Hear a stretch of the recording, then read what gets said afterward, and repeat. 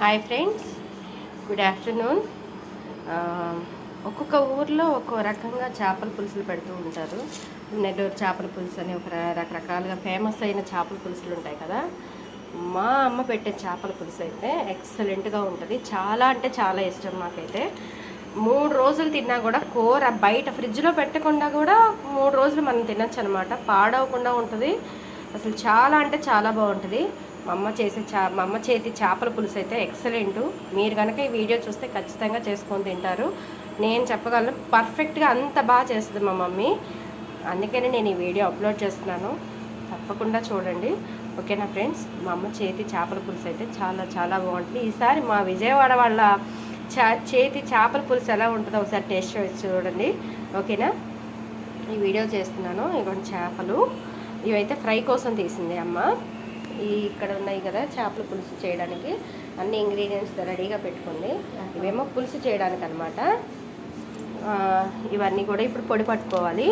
ఇవేంటంటే ఎండు కొబ్బరి, కొంచెం అల్లం ముక్క, కొంచెం వెల్లుల్లి, 4 లవంగాలు, 1 యాలుక, కొంచెం జీడిపప్పు పలుకులు, తర్వాత కొంచెం ధనియాలు అనమాట. ఇవన్నీ కూడా ఫైన్గా పౌడర్ పట్టేసుకోవాలి, ఓకేనా. తర్వాత ఇవన్నీ రెడీ పెట్టుకున్న తర్వాత ఏమేమి చేయాలి, కూర ఎలా కలుపుకోవాలి ఏంటి అన్నది చూద్దరు కానీ, ఓకేనా ఫ్రెండ్స్. ఇవన్నీ ఫ్రెండ్స్, పొడి మీకు ఏవైతే దినుసులు చూపించానో అది పూర్తిగా మెత్తగా మిక్సీ పట్టి పెట్టేసుకున్నాను. ఇవాళ చూడండి, అమ్మ ఇప్పుడు చేపల పులుసు కలుపుతుంది. నేను చెప్తున్నా, నిజంగా అమ్మ కలిపినట్టుగా కనుక మీరు కనుక వండుకుంటే చేపల కూర తిననన్న వాళ్ళు కూడా చేపల కూర తింటారు. నిజంగా అంత బాగుంటుంది అమ్మ చేతి చేపల పులుసు అయితే. ఇలా చేసి తినండి, ఖచ్చితంగా బాగుంటుంది. ఇప్పుడు అమ్మ చేస్తుంది చూడండి.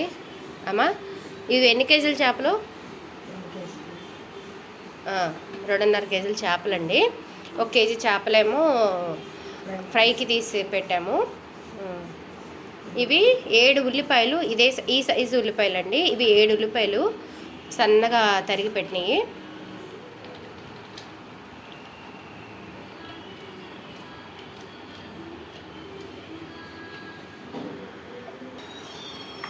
ఇప్పుడు ఈ సన్నగా తరిగిన ఉల్లిపాయలతో పాటు కొంచెం పసుపు,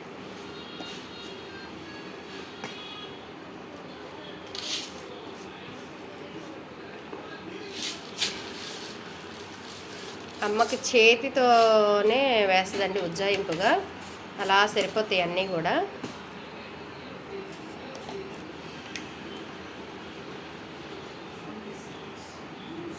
కారం, మేమైతే కారం కొంచెం ఎక్కువే తీసుకుంటామండి, 4 స్పూన్లు.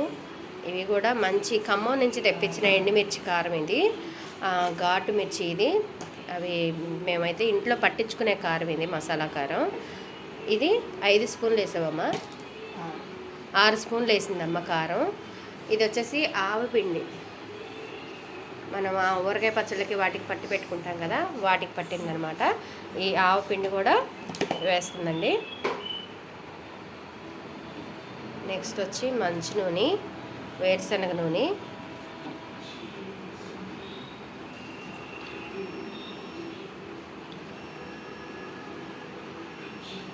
మూడు దోసళ్ళు వేసింది.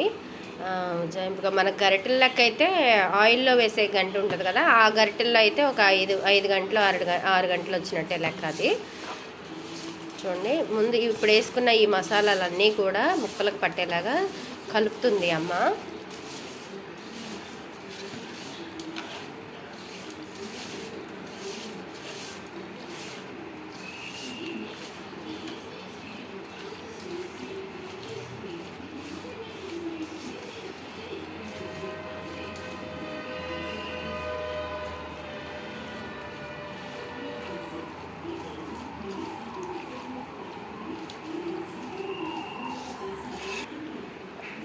ఇప్పుడు కలిపిన తర్వాత చింతపండు పులుసు అండి ఇది. సుమారుగా 2.5 కేజీలకి 200 గ్రాములు చింతపండు. చేపల పులుసు కల్లా కొంచెం పులుపు ఉంటేనే బాగుంటుంది. మేమైతే కొంచెం పులుపు తింటాము, అందుకని ఖచ్చితంగా 200 గ్రాముల చింతపండు నానబెట్టింది. అదే పులుసు చక్కగా పిసికి పోసిందనమాట అమ్మ.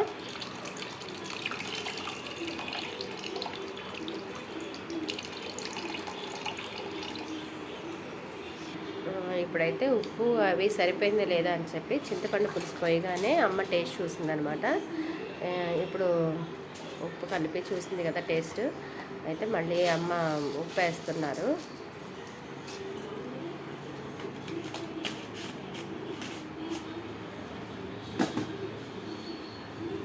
ఇంకా కొంచెం ఎసరు పోస్తున్నారు.